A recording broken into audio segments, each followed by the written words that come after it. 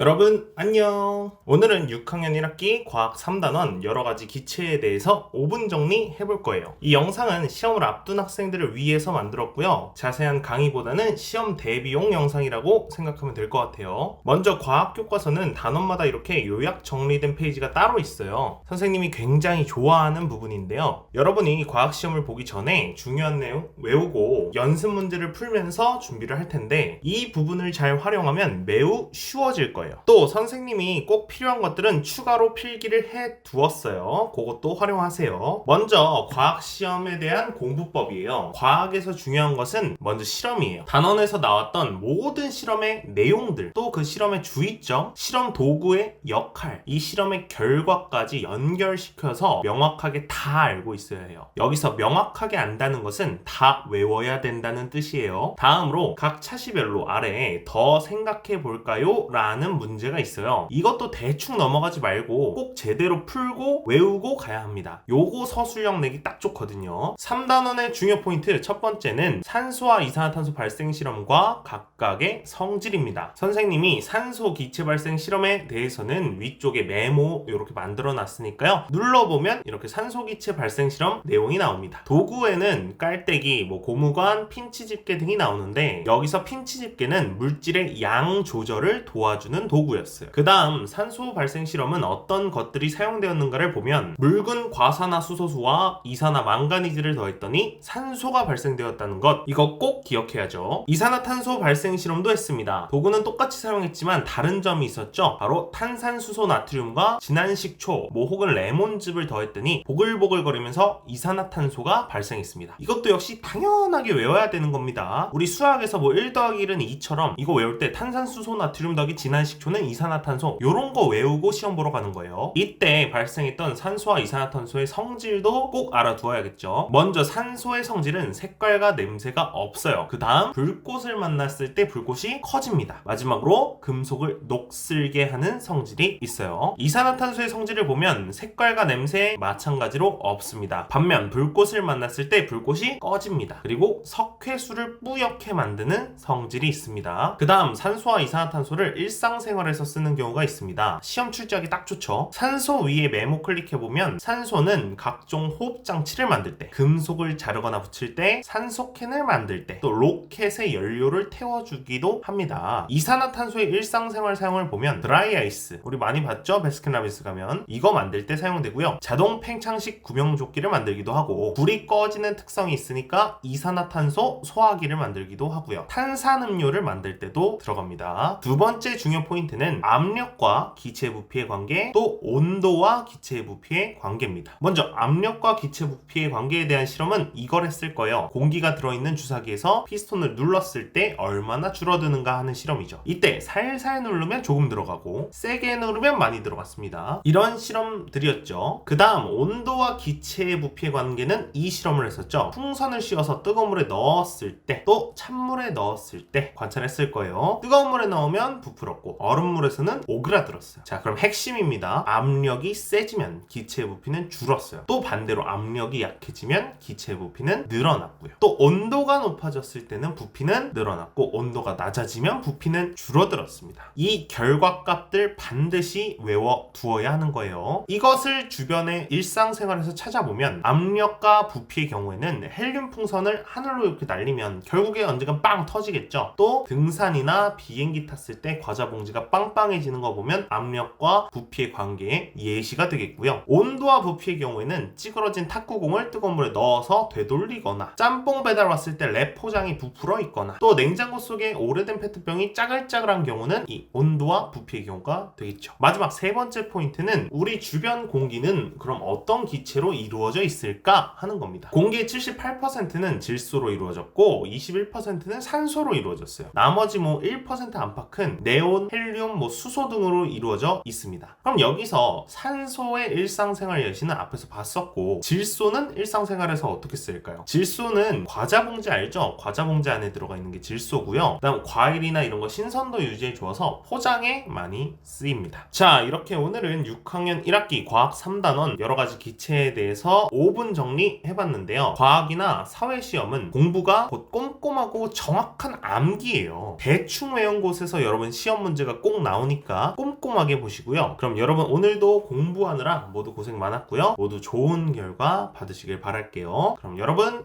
안녕.